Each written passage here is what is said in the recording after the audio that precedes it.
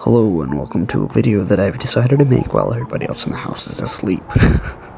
This is my signature bolide, and as you may have noticed, I recently rebranded the rest of my channel, so I only felt that it would make sense for me to rebrand the car as well. Today I'll be showing you how to do that, as it's very easy. This whole process took me less than 10 minutes overall, even though I had to kind of fumble a lot through files, because again, it's late night. I was not quite thinking straight. As you can see here, I'm making the skin in a basic photo editor. You don't need Photoshop or anything like that. This is of course the pro version of the editor I use. However, you don't need paid software. You could use even any app that is capable of compositing if you have it available to you. The hardest part about making skins is of course alignment. You want to zoom in as far as you can to make sure that you've got it aligned as well as possible, as even though it wouldn't be super noticeable, that's the kind of thing that I care about, and you can't just mirror text like you could with Flames or something else. Now we'll go ahead and get onto our personal computer of choice. We've got the file ready, and we're going to go ahead and go into our files, into our mod folder, and we're going to go to the folder called Unpacked. And then we're going to create a new folder inside the Unpacked folder. We can make this whatever we want, ideally without caps. This is simply the name of our mod that we're making. For me, I just chose Bent on Skin, as this is just a basic skin for myself. And then we're going to create a new folder called Vehicles, no caps.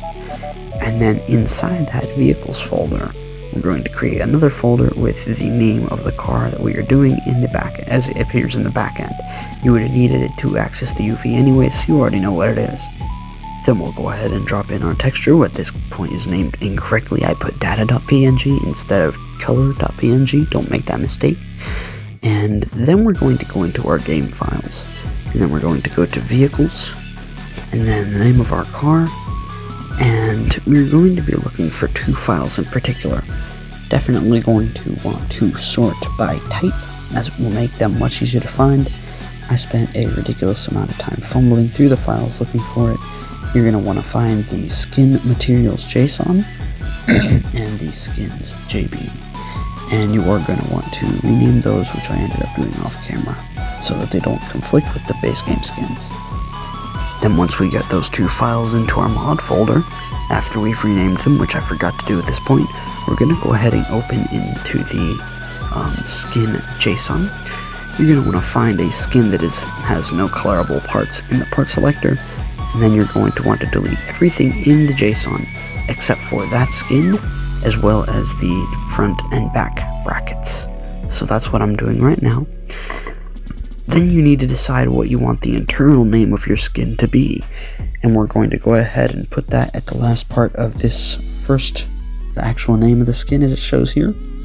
Go ahead and type that in, and then the great thing is, because it uses periods, you can just copy that and paste it in the two spots below, and don't copy anything after that, as we'll need this later.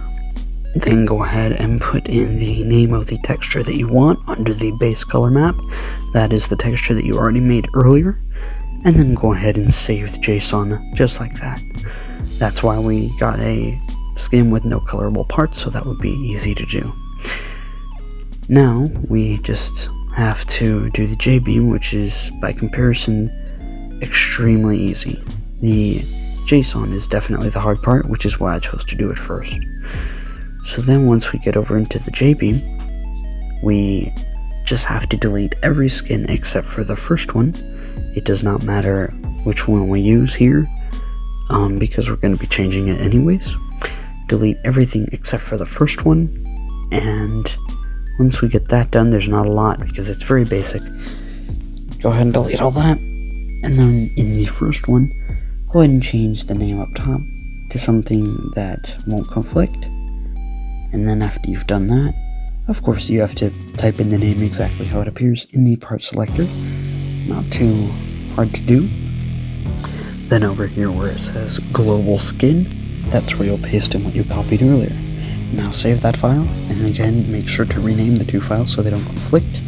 And then we should be done, right? Don't worry, this is completely normal. You usually have to tweak a couple of things to make it just right, as the UV doesn't always tell the whole truth. And then we're done! In under 10 minutes I made this skin complete from start to finish, and this will be on my signature car from now on.